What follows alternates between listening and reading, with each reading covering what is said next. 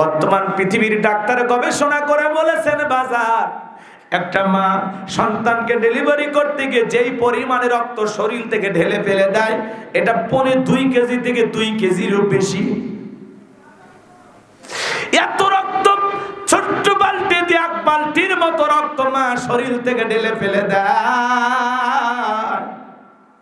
3 number লাথি এত জোরে মারে সন্তান, 3 নাম্বার লাথিটা এত জোরে মারে মা জ্ঞান হারায় ফেলে, সন্তান ভূমিষ্ঠ হয়ে যায়।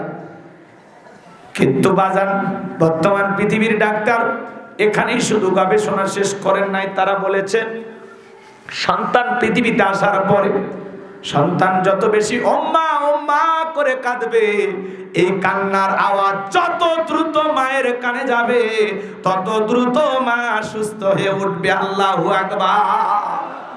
মা যখন জ্ঞান ফিরে পায়, সন্তানটারে কোলের মধ্যে নিয়া বলে, কই আমার সোনা মানিক, আমার কোলে দাও।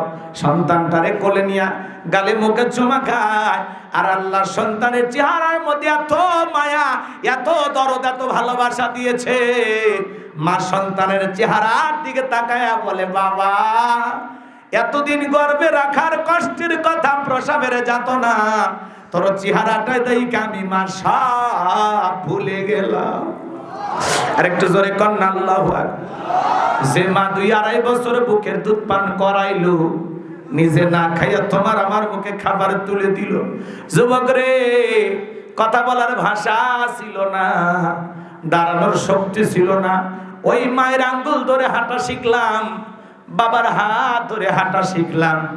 যেই মা বাবা এত কষ্ট করলো যুবক, সেই মা বাবার মনে কখনো ব্যথা দেওয়া যাবে না, কষ্ট দেওয়া যাবে না। আজকে তুমি শ্বশুর শাশুড়ি পাইয়া, নতুন বউ পাইয়া মা বাবারে ভুলে যাও। যুবক রে, তুমি তো জানো না এই পৃথিবীতে মা বাবার মতো আপন আর কেউ হবে না। পিতা মাতার ভালোবাসার মধ্যে কোনো স্বার্থ থাকে না, তারা নিঃস্বার্থভাবে সন্তানকে ভালোবাসে। কথা কয় না কেন? শ্বশুরের শাশুড়ির বাড়িতে যাও, প্যাকেট নিয়ে গেলে খুশি, প্যাকেট ছাড়া গেলে বেজা। কথা কয় না? হাতের দিকে তাকায় থাকে, জামাই মিষ্টি নিয়ে আসছে কিনা। কথা বোঝেন নাই? রাগ করতেছেন নাকি আপনারা? আমি একবার শেরপুরে দই নিয়ে গেছিলাম, এখনো আমার শাশুড়ি মাঝে মাঝে বলে, জামাই দইটা কিন্তু সেই ছিল, তার মানে বোঝা আরো নিয়ে আসে। কথা বোঝেন না?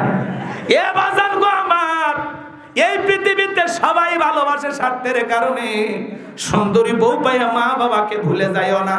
বইয়ের ভালোবাসা বইয়ের কাছে, মা বাবার ভালোবাসা মা বাবার কাছে, ব্যালেন্স করে চলতে হবে। আমরা পুরুষ মানুষ দুনিয়াতে আসছি নির্যাতন সহ্য করার জন্য। বউ পাইয়া পাগল হয়ে যায় না? আজকে বউ পাইয়া, শ্বশুরের তো একটা পালসার পাইয়া, ডিসকভার পাইয়া, পাশার তলেই পালসার গাড়ি নিয়ে সইরা পাশা গরম হয়ে গেছে। শ্বশুর বাড়ির যায়া দরজায় ব্রেক করে ডাক দেয়, আম্মা। শাশুড়ি কয়, জামা একটা পাইছি, গুন্না সহ ডাক দেয়। এই কথা হয় না? শ্বশুরের দেখা হলে, আব্বা কেমন আছেন, আব্বা কি খেয়েছেন। এক পালসার ডিসকভার পাইয়া শ্বশুর শাশুড়ি হয়ে যায় আব্বা আম্মা, আর মা বাবা হয়ে যায় বুড়া বুড়ি। তোর কপাল নাতিয়ার বুড়ি, মরার পরে ফেরেশতারা বাইরে ফুটা করবে ভুড়ি, জাহান্নামে হবে তোর বসত বাড়ি। ভুলে গেলি বেঈমান? ভুলে গেলি? তোরে 22 বছর 25 বছর লালন পালন করতে গিয়ে এরকম 5টা 10টা পালসার ডিসকভারের টাকা পিতা মাতা তোর পেছনে খরচ করেছে।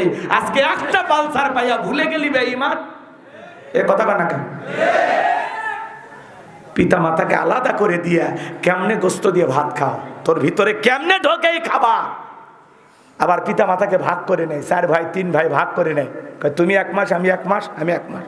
এই বুড়া বুড়ি দেখার অত সময় নেই, একজন এত লোট নেওয়া যাবি না। এই তোরে যখন লালন পালন করছে মা বাবা ভাগ করছিল যে তোর চাচা 2 মাস খিলাবে, পাশের প্রতিবেশী তোর মামা 2 মাস খিলাবে, আমি 2 মাস, এরকম তোরে লালন পালন করার সময় পিতা মাতা কারোর সাথে ভাগ করছিল?